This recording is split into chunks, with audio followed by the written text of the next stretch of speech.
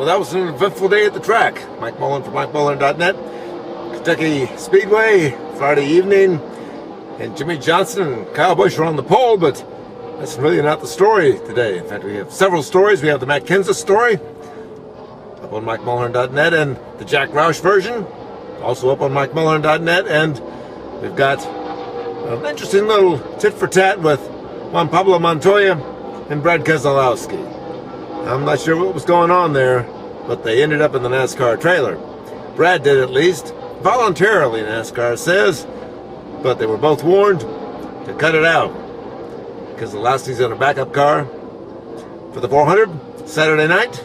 Not good, but he was fast. And the weather. Some kind of freak storm blew through here.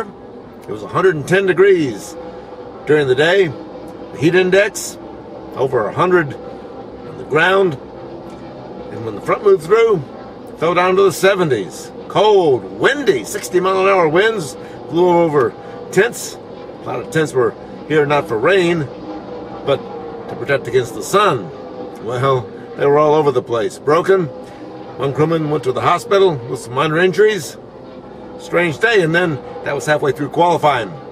And what that did was the guys that went after the track cooled down sizzled.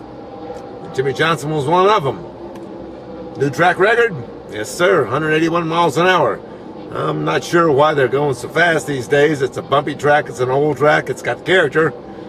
Bruton Smith said at one time he thought it might repave it, but it's a scary track, too. Jimmie Johnson crashed here several times when they used to use this as a test track. Now it's not. Traffic? Hadn't been a problem so far. Not sure what's going to happen. I'll tell you, 110 degrees, that's going to keep a lot of people from buying tickets. But one of the big stories I thought came out about 5:30 this afternoon. A curious story. Not even really a story. A statement from an official at Chrysler Corporation about Dodge's involvement in NASCAR. It said, "We have nothing to say.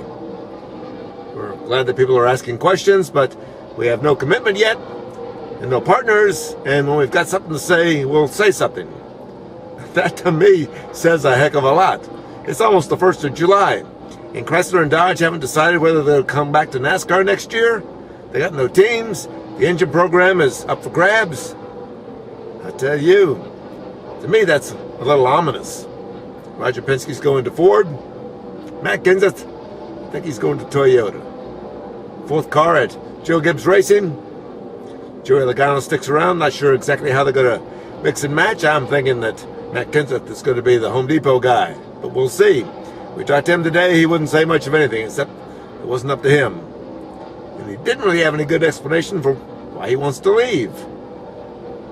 I mean, you're atop the points. You won the Daytona 500 for the second time. You're competitive. You've got the best finishing average of anyone on the tour. What else is there except money?